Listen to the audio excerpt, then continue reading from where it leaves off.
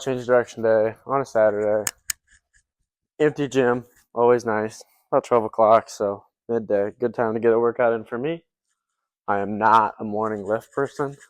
I usually just get worse results, which goes to show you don't need to lift at like 5 a.m. to be successful. I know a lot of people like preach that. Like, oh, you need to go lift in the morning. Simply not true. Go lift at whatever time you can get your best workout in, especially for athletes. We need our nervous system firing in our workouts. There's no point to going to do something to make us look tougher if it's going to affect the quality of our workout. But change of direction day to day. I haven't really decided at all what I'm going to do for my warm-up and things of that nature. But we have a curved run in our workout. That's the first thing. That's our test today, our big thing. Then we have rotational med ball slams. After that, we got lateral bounds. Then our heavy split squat, we're going 3x6 with 280 today, so that'll be interesting to see. And then our heavy lateral lunges. So that'll be the workout today. I'm about to get into the warm-up, and I'll start going through that.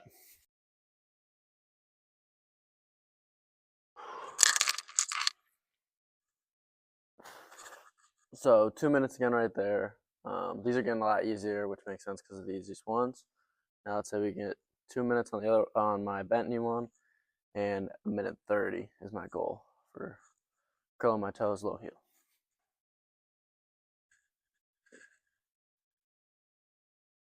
Oh.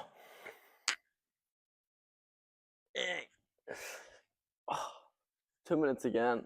That one sucks. 1:30 on our last one. Definitely making a large difference in our foot strength though, so that's a good sign to see.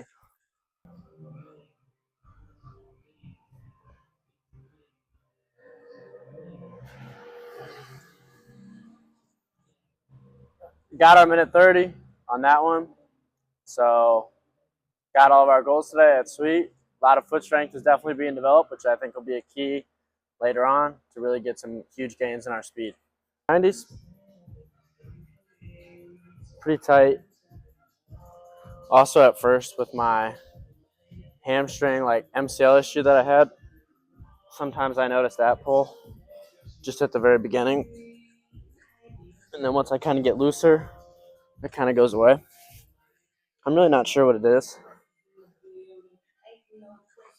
I'm not sure if it's going to heal on its own or not, but I guess we'll find out.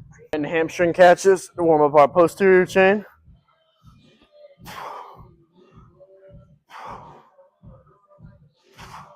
Just a little T-spine rotation here. Finish at the end.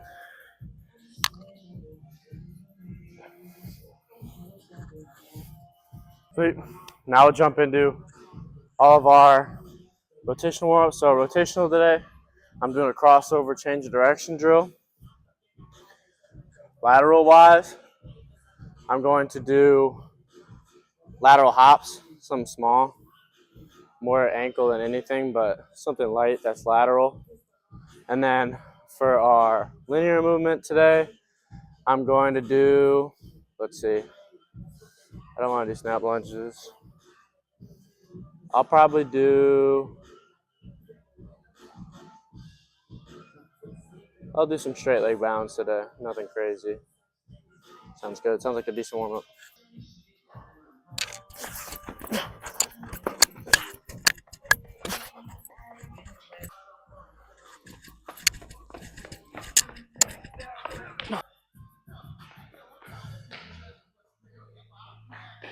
So just finished our curve sprints, went down slightly again, basically at the same time. Only tracked 2 of the times or recorded them as 2.802 and 2.805, but I did have a 2.796 one. So pretty much consistent with what we had last week, which is our only thing that's not currently improving. If that stays consistent, then I might have to change up my change direction days. But the fact that our broad jump and our 510 fly is getting better is a good sign, and that's things that are more important to me and focused in our training. So I'll be interested to see once our first day when we got like 2.583, whatever it was, I was in gym shoes. So I'm interested to see in my intensification phase when I run this again and I do it in gym shoes instead of my barefoot shoes that I have on now, if that will greatly affect our time, which would be an interesting thing to see.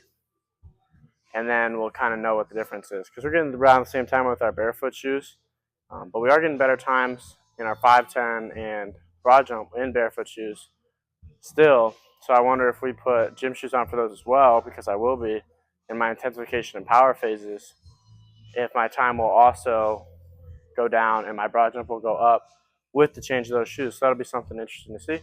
Basically just being our own experimenter. But now we're going to hop into our rotational med ball slams and the lateral bounce, then we get into lifting for the day. Let's do it. So hopping into a set of rotational med ball slams, really focused on using our hips to get power, not our arms or our back. So that's what we're trying to work on here.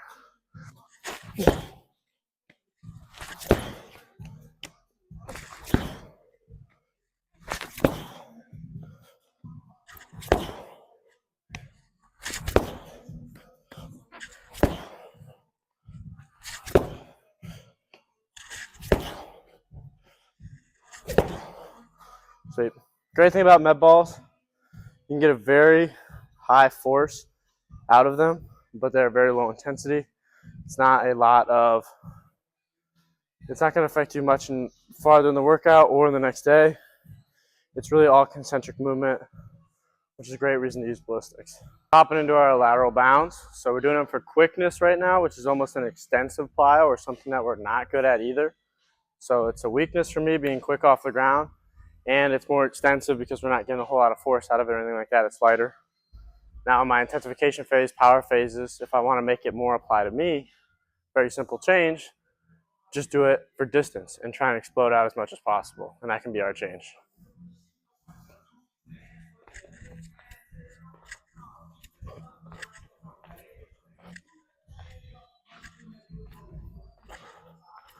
Notice a very quick, reactive stiff off the ground. We did that 3x6 on each side, so 3x12 total, which is 2 reps higher than what we did last week in our accumulation phase. That's the theme. Top set, 280, 3x6. This is some weight. Let me tell you, every time I get on this bar, I gotta be ready to do these, but let's do it.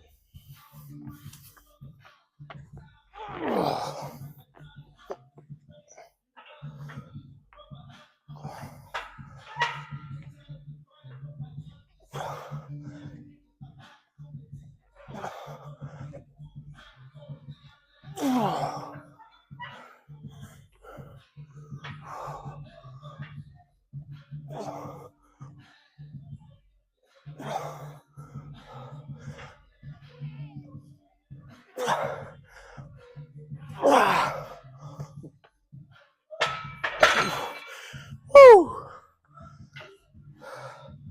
If you remember 2 weeks ago, we did this 3x4. Now it's probably harder than when I just did that 3x6. That weight is moving right now.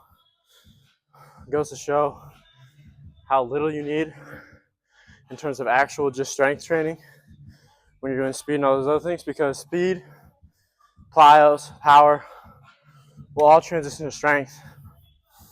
Strength only has some carryover to speed. So prioritize your speed. Here we go, last thing of the day. Hopping into our heavy lateral lunges. I say heavy now, but it'll be even heavier next week.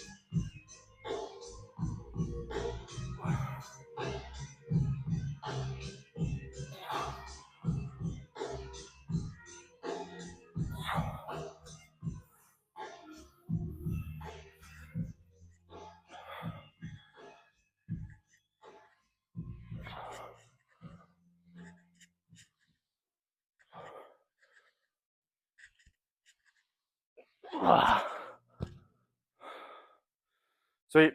So finished with the workout. Did 3x6 on those. This is our last week of accumulation. So next week is our deload week, where our intensity stays the same. So I'll be doing these same weights and stuff. Less rep, less sets. Finished at hour 15 today, which is good for me. That usually doesn't happen. But then we'll get that done and hop into our intensification phase after our deload week. That'll be good. We're really getting our adaptation, doing all those things that are really going to help our times later on, which means our times might take a dip while we're in it slightly. I'm trying to go minimal dose, so if they tinkle down for too long, Means we're doing too much volume. We'll cut some volume down and then go back up. Simple as that. That's why you test, so you know what you're doing. If it's right, if it's too much volume, if it's not. But that's it for today. Thank you for watching. Like, comment, and subscribe. Episode 6 here today. Next day, max velocity on our deload week.